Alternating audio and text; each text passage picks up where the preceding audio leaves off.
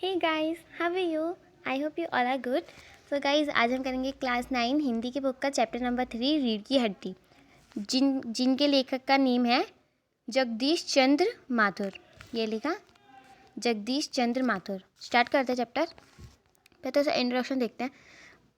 मामूली तरह से सजा हुआ एक कमरा, अंदर के दरवाजे से आते हुए जिन महाशय की पीठ नज़र आ रही है वे हदेड़ उम्र के मालूम होते हैं। एक तख्त को पकड़े हुए पीछे की ओर चलते चलते कमरे में आते हैं। तख्त का दूसरा सिरा उनके नौकर ने पकड़ रखा है। एक मामूली तरह से सजा हुआ एक कमरा है जिसमें अंदर के दरवाजे से आते हुए एक महाशय, यानी कि एक इंसान है जो कि अंदर के दरवाजे से आते हैं, जिनकी पीठ नज़र आ रही है और वह हदेड़ उम्र के मालूम होते हैं। हदेड़ बोले तो मतलब जिनकी आई थिंक ज़्यादा उम्र होती है, उस उम्र के लगते हैं वो। एक तख्त को पकड़े हुए पीछे की ओर चलते चलते कमरे में आ रहे हैं।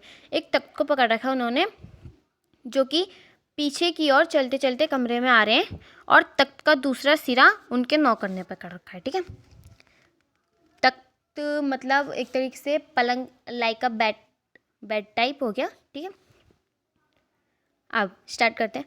बाबू, अबे धीरे धीरे चल, अब तख्त को उधर मोड़ दे, उधर, बस बस।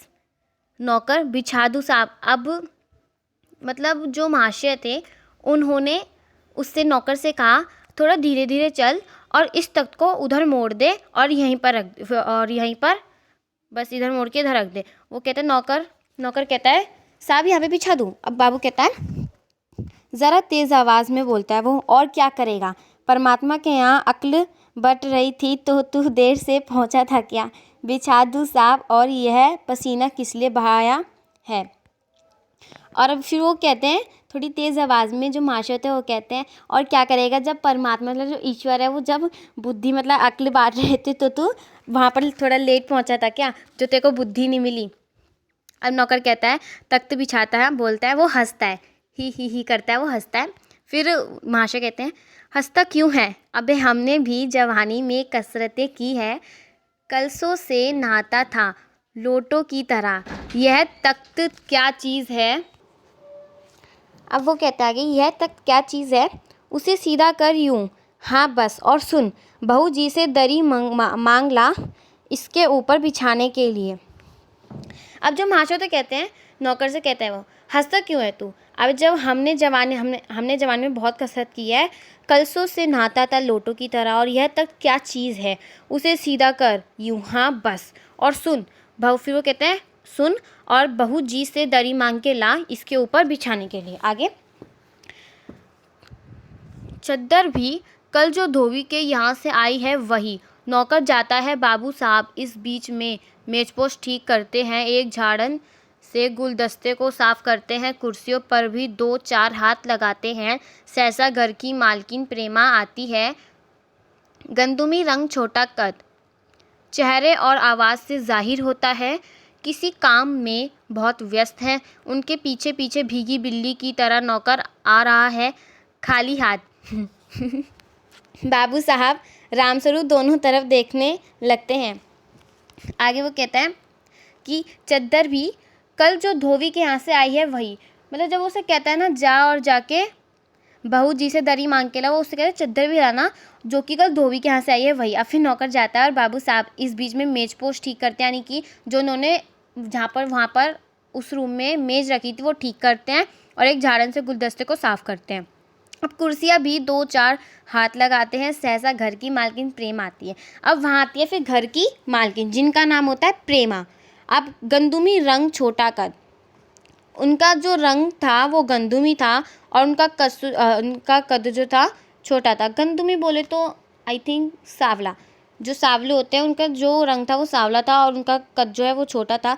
और ये चीज़ उनके चेहरे और आवाज़ से पता हो रही थी कि वो किसी काम में बहुत ज़्यादा व्यस्त है। उनके पीछे पीछे भीगी बिल्ली की तरह नौकर आ रहा है, उनके पीछे पीछे भीगी बिल्ली की तरह एक नौकर आ रहा है, वो भी खाली हाथ। बाबू साहब रामस्वरूप दोनों तरफ देखने लगते हैं। अब प्रेमा कहती है, यानी कि घर की मालकिन कहती है, मैं कहती हूँ तुम्हें इस वक्त धोती की क्या ज़रूरत पड़ गई, एक तो वैसे ही जल्दी जल्दी में। रामस्वरूप कहता है धोती, मतलब उससे पूछता धोती। फिर प्रेमा कहती है हाँ, अभी तो बदल कर आए हो और फिर ना जाने किस लिए। अब जो प्रेमा कहती है, मैं तुमसे कह रही हूँ कि तुम्हें इस वक्त धोती की क्या ज़रूरत पड़ गई। एक तो वैसे ही जल्दी जल्दी में, फिर राम से पूछा धोती। फिर प्रेमा कहती है हाँ अभी तो बदल कर आए हो, और फिर जाने किस लिए, मतलब तुम दोबारा से धोती क्यों बदल रहे हो, अभी तो तुमने बदली थी। रामस्वरूप कहता है लेकिन तुमसे धोती मांगी किसने। फिर रामस्वरूप से पूछता है प्रेमा से कि तुमसे धोती किसने मांगी। फिर प्रेमा कहते हैं यही तो कह रहा था रतन। रतन उनके नौकर का नाम था। रामस्वरूप कहता है क्यों बे रतन, तेरे कानों में डांट लगी है क्या। मैंने कहा था धोबी के यहाँ से जो चद्दर आई है उसे मांग ला, अब तेरे लिए दूसरा दिमाग कहाँ से लाऊं, उल्लू कहीं का। अब जो रामस्वरूप होता है उसे डांटते हुए कहता है क्यों बे रतन, नौकर को कहता है मैंने तुझसे चद्दर लाने को कहा था और तेरे कानों में डांट लगी है क्या। मैंने कहा था धोबी के यहाँ से चद्दर लेकर आ और उसे मांग ला, अब तेरे लिए दूसरा दिमाग लाऊं क्या। उसे कहते तेरे लिए दूसरा दिमाग लाऊं क्या, उल्लू कहीं का। अब प्रेमा कहती है अच्छा जा पूजा वाली कोठरी में लकड़ी के बक्स के ऊपर धुले हुए कपड़े रखे हैं ना, उन्हीं में से एक चद्दर उठा ला। रतन कहता है और दरी। प्रेमा कहती है दरी यही तो रखी है कोने में, वह पड़ी तो है। रामस्वरूप कहता है दरी उठाते हुए बोलता है वो, और बीवी जी के कमरे में से हारमोनियम उठा ला और सितार भी, जल्दी जा। फिर रामस्वरूप नौकर से कहता है दरी उठाते हुए और जाके बीवी जी के कमरे में से हारमोनियम उठा ला और सितार भी उठा ला जल्दी से। अब रत्न जाता है, पति पत्नी तख्त पर दरी बिछाते हैं। अब प्रेमा कहती है लेकिन वह तुम्हारी लाडली बेटी तो मुंह फुलाए पड़ी है। प्रेम उससे कहती है जो तुम्हारी बेटी है लाडली बेटी वो तो मुंह फुलाए पड़ी है। रामस्वरूप कहता है मुंह फुलाए, और तुम उसकी माँ, किस मर्ज की दवा हो, जैसे तैसे करके तो वे लोग पकड़ में आए हैं। अब तुम्हारी बेवकूफ़ी से सारी मेहनत बेकार जाए तो मुझे दोष मत देना। और रामस्वरूप कहता है मुंह फुलाए और तुम उसकी माँ, किसी मर्ज की दवा हो, मतलब किसी मर्ज की दवा, लाइक जैसे डॉक्टर हमें दवाई देते हैं तो किसी मर्ज की दवा हो। अब वो कहता है जैसे तैसे करके तो वो लोग पकड़ में आए थे। अब तुम्हारी बेवकूफ़ी से सारी मेहनत बेकार जाए तो मुझे दोष मत देना, नहीं मेरे पर ब्लेम मत लगाना। प्रेमा कहती है तो मैं ही क्या करूं, सारे जतन करके तो हार गई, तुम्ही ने उसे पढ़ा लिखाकर इतना सिर चढ़ा रखा है। मेरी समझ में तो यह पढ़ाई लिखाई के जंजाल आते नहीं। अपना ज़माना अच्छा था, आ ई पढ़ ली, गिनती सीख ली, और बहुत होता तो स्त्री सुबोधिनी पढ़ ली। सब सच पूछो तो स्त्री सुबोधिनी में ऐसी ऐसी बातें लिखी हैं, ऐसी बातें कि क्या तुम्हारी बीए एमए की पढ़ाई होगी, और आजकल के तो लक्षण ही अनोखे हैं। अब प्रेमा कहती है मैं क्या करूं, अब मेरे को तो पढ़ाई लिखाई तो कुछ समझ आती नहीं। ज़्यादा होता था तो हमारे ज़माने का जो टाइम था तो ठीक है, हमने तो आ ई पढ़ ली, गिनती सीख ली, और अगर ज़्यादा होता था ना तो स्त्री सुबोधिनी हमने पढ़ ली थी। और सच बोलो तो वो कहती है सच बोलूँ तो सच पूछो तो स्त्री सुबोधिनी में एक ऐसी बातें लिखी है ना, ऐसी बातें कि तुम्हारे बीए एमए की पढ़ाई होगी, और आजकल के तो लक्षण ही अनोखे हैं। आराम स्वरूप कहता है ग्रामोफोन बाजा होता है ना। प्रेमा कहते क्यों। रामस्वरूप कहता है 2 तरह का होता है, एक तो आदमी का बनाया हुआ, उसे एक बार चलाकर जब चाहे तब रोक लो, और दूसरा परमात्मा का बनाया हुआ रिकॉर्ड, एक बार चढ़ा तो रुकने का नाम नहीं लेता। अब प्रेमा कहते हैं हटो भी, तुम्हें ठटोली ही सूझती रहती है। यह तो होता नहीं कि उस अपनी उमा को राह पर लाते, अब देर ही कितनी रही है उन लोगों के आने में। अब वो कहती है प्रेमा रामस्वरूप से ज़्यादा तो ठटोली, तुम्हें तो ज़्यादा हटो भी, और ज़्यादा तुम्हें तो ठटोली सूझती रहती है। अब यह तो होता नहीं कि अपनी उस लाडली बेटी उमा, उनकी बेटी का नाम उमा है, अपनी उमा को जाओ और जाकर राह पर, तुम अपनी उमा को राह पर ले आते, रास्ते पर ले आते। अब देर ही कितनी हुई है, अब उन लोगों के क्या आने में, अब उन लोगों के क्या आने वाली, मतलब शायद से उनको एक लड़के वाले देखने आ रहे थे, उससे रिश्ता आया था उसके लिए। वो बोलती है अब देरी कितनी हुई है, उन लोगों के आने, वो आने वाले होंगे। रामस्वरूप पूछते तो हुआ क्या, तो क्या हुआ। प्रेमा कहती है तुम्ही ने तो कहा था कि ज़रा ठीक ठाक करके नीचे लाना, आजकल तो लड़की कितनी ही सुंदर हो, बिना टिमटाम के भला कौन पूछता है। इसी मारे मैंने तो पाउडर वाउडर उसके सामने रखा था, पर उसे तो इन चीज़ों से ना जाने किस जन्म की नफ़रत है। मेरा कहना था कि आंचल में मुंह लपेटकर लेट गई, भाई मैं बाज आई तुम्हारी इस लड़की से। अब प्रेमा उससे कहती है तुमने तो कहा था अच्छे से मतलब लड़की को तैयार करके नीचे लेकर आना, चाहे लड़की मतलब क्या अब सबको सुंदर लड़की चाहिए होती है, चाहे कितनी भी लड़की कितनी भी सुंदर हो लड़की, मतलब कैसी भी हो लड़की, हर एक फैमिली को लड़की सुंदर ही चाहिए होती है, चाहे वो कैसी हो, पढ़ी लिखी हो, खाना बनाना आता हो ना आता, ये सब नहीं, सबसे पहले देखेंगे कि सुंदर है कि नहीं। ये तो खैर आपको भी पता ही होगा। तो वो भी यही कहती है आजकल तो सबको सुंदर लड़की चाहिए होती है, इसलिए मैं उसके सामने पाउडर वाउडर रख दिया, लेकिन क्या करूँ, उसको तो जन्म से ही इन सब चीज़ों से, मेकअप वगैरह से नफरत है। अब मेरा कहना है कि आंचल में मुँह लपेटकानी की मतलब ऊपर से उसको दुपट्टा उड़ा देंगे और उसी में उसका मुंह ढका रहेगा, मैं बाज आई तुम्हारी इस लड़की से। अब राम स्वरूप कहता है ना जाने कैसा इसका दिमाग है वरना आजकल की लड़कियों के सारे तो पाउडर का कारोबार चलता है। अब रामस्वरूप सोचता है ना जाने हमारी बेटी कैसी है, वरना आजकल की लड़कियों को सारे तो पाउडर का कारोबार चलता है।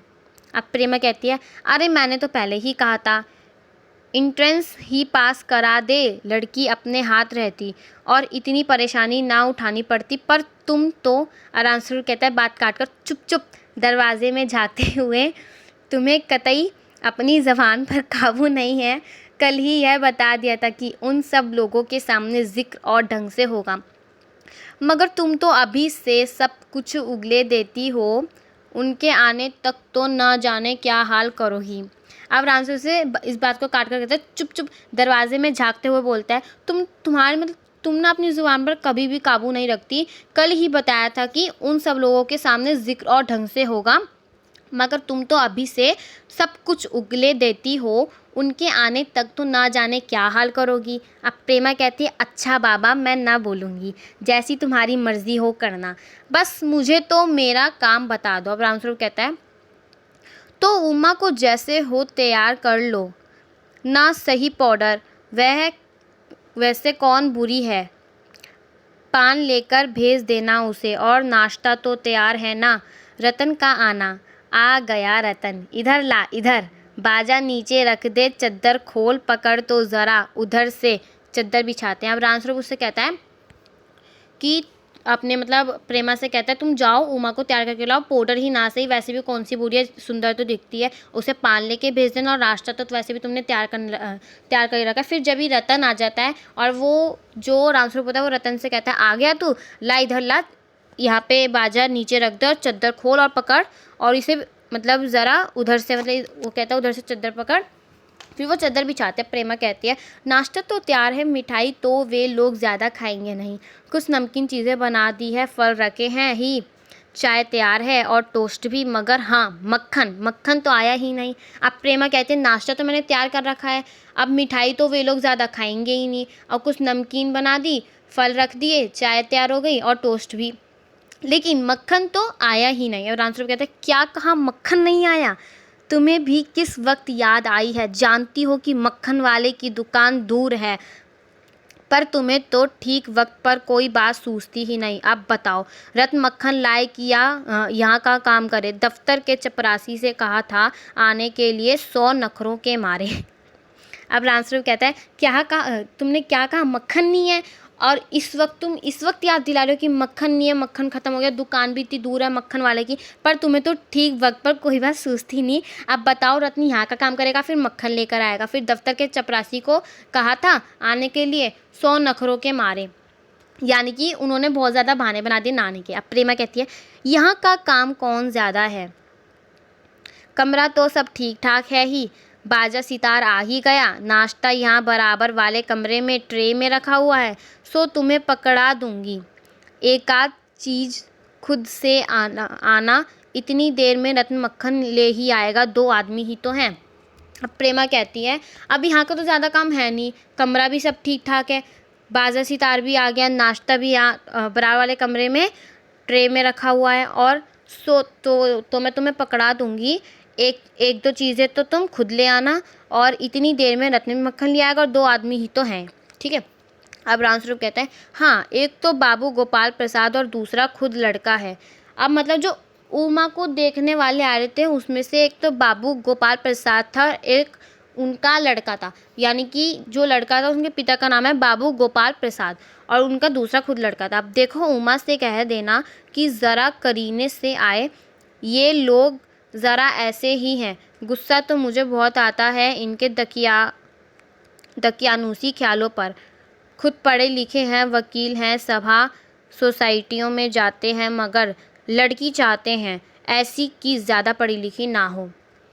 अब प्रेमा पूछती है और लड़का। अब रामसुपुर से कहता है कि हाँ, एक तो बाबू गोपाल प्रसाद और एक दूसरा उनका खुद लड़का है, तो ज़्यादा तो है नहीं। अब देखो, और तुम उमा से कह देना, वो प्रेमा से कहता है तुम उमा से कहना कि ढंग से आए, अच्छे से तैयार व्यार होके, क्योंकि ये लोग ज़रा ऐसे ही हैं। थोड़ा सा गुस्सा तो मुझे इन पर बहुत आता है, क्योंकि इनके दकियानूसी ख्याल बहुत हैं और खुद पढ़े लिखे हैं, वकील हैं, सभा सोसाइटी में जाते रहते हैं, मगर इनको लड़की चाहिए ऐसी कि ज़्यादा पढ़ी लिखी ना हो, मतलब जो ज़्यादा पढ़ी लिखी ना हो। आजकल का ज़माना देखो तो बहुत ज़्यादा उन्हें पढ़ी लिखी लड़की चाहिए होती है सबको, और लेकिन पहले के ज़माने में देखा जाए तो उनको एक ऐसी लड़की चाहिए थी, रामस्वरूप ने बताया, पढ़ी लिखी ना हो। अब प्रेमा कहती है और लड़का रामस्वरूप बताता है कि बताया तो था तुम्हें, बाप शेर है तो लड़का सवा शेर। बीएससी के बाद लखनऊ में ही तो पढ़ता है, मेडिकल कॉलेज में कहता है कि शादी का सवाल दूसरा है, तालीम का दूसरा। क्या करूं, मजबूरी है, मतलब अपना है, वरना इन लड़कों और इनके बापों को ऐसी कोरी कोरी सुनाता कि ये भी। अब रत्न कहता है जो अब तक दरवाजे के पास चुपचाप खड़ा हुआ था, जल्दी जल्दी बाबूजी बाबूजी। अब रत्न कहता है, वो चुपचाप दरवाजे के पास खड़ा हुआ होता है और जल्दी जल्दी, और फिर बोलता है बाबूजी बाबूजी। रामस्वरूप कहता है क्या है? रत्न कहता है कोई आते हैं। फिर रामस्वरूप कहता है दरवाजे से बाहर जाकर जल्दी मुंह अंदर करते हुए, अरे ए प्रेमा, वे आ भी गए। नौकर पर नज़र पड़ते ही, अरे तू यहीं खड़ा है बेवकूफ़, गया नहीं मक्खन लाने, सब चौपट कर दिया। अबे उधर से नहीं, अंदर के दरवाजे से जा। नौकर अंदर आता है और तुम जल्दी करो प्रेमा, उमा को समझा देना, थोड़ा सा गा देगी। प्रेमा जल्दी से अंदर की तरफ आती है, उसकी धोती ज़मीन पर रखे हुए बाजे से अटक जाती है। प्रेमा, यह बाजा वह नीचे ही रख गया है, कमबख्त।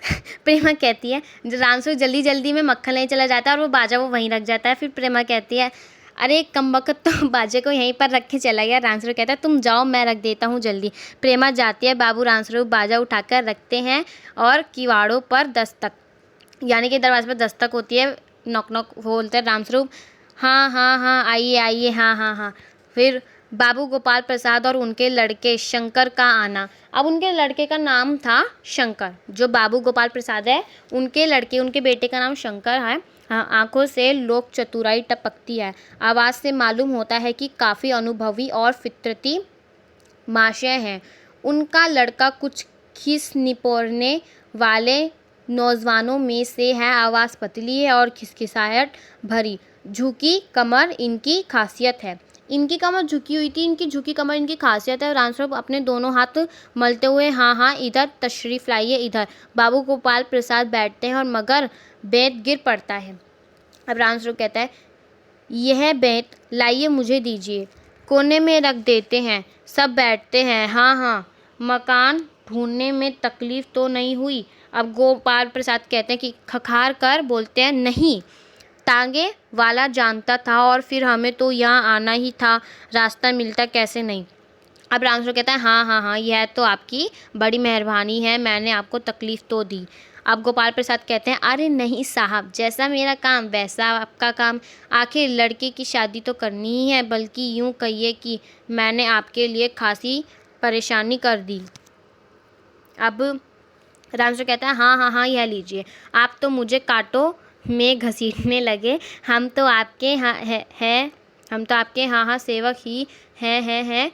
वो कहते हैं, थोड़ी देर बाद लड़के की और मुखातिब होकर, और कहिए शंकर बाबू कितने दिनों की छुट्टियां हैं? शंकर कहता है, जी कॉलेज की तो छुट्टियां नहीं हैं, वीकेंड में चला आया था। वीकेंड। वो कहता है वीकेंड में चला आया था। अब रामस्वरूप मतलब कॉलेज की तो छुट्टी नहीं पड़ी, वीकेंड में चला आया था। रामस्वरूप कहता है, आपके कोर्स ख़त्म होने में तो अब साल भर रहा होगा। शंकर कहता है, जी यही कोई साल 2 साल। यही कई 2 साल। फिर रामस्वरूप कहता है साल 2 साल। शंकर हाँ हाँ हाँ जी, 1 आध साल का मार्जिन रखता हूँ। कितना चैप्टर है ये?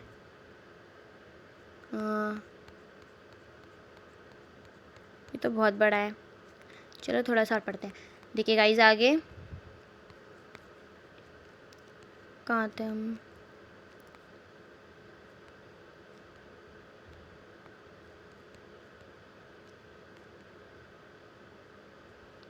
अब गोपाल प्रसाद कहता है बात यह है साहब कि यह शंकर 1 साल बीमार हो गया था। क्या बताएं, इन लोगों को इसी उम्र में सारी बीमारियां सताती हैं। एक हमारा ज़माना था कि स्कूल में आकर दर्जनों कचौड़ियाँ उड़ा जाते थे, मगर फिर जो खाना खाने बैठते तो वैसी की वैसी ही भूख। आप गोपाल प्रसाद कहते हैं कि क्या बताएं साहब, शंकर तो हर साल बीमार हो गया था, मतलब 1 साल बीमार हो गया था। अब क्या बताएं, इन लोगों को इसी उम्र में सारी बीमारियां सताती हैं, और एक हमारा ज़माना था कि स्कूल में आकर दर्जनों कचौड़े आ जाते थे, और मगर फिर जो खाना खाने बैठते तो वैसी की वैसी ही भूख थी। रामस्वरूप कहता है कचौड़ियाँ भी तो उस ज़माने में पैसे की 2 आती थीं। गोपाल प्रसाद कहता है जनाब यह हाल था कि 4 पैसे में ढेर सी बालाई आती थी, और अकेले 2 आने की हज़म करने की ताकत थी। अकेले, और अब तो बहुतेरे खेल वगैरह भी होते हैं स्कूल में। तब ना कोई वॉलीबॉल जानता था, ना टेनिस, ना बैडमिंटन, बस कभी हॉकी या क्रिकेट कुछ लोग खेला करते थे। मगर मजाल की कोई कह जाए कि यह लड़का कमज़ोर है। शंकर और रामस्वरूप खीसे निपोरते हैं।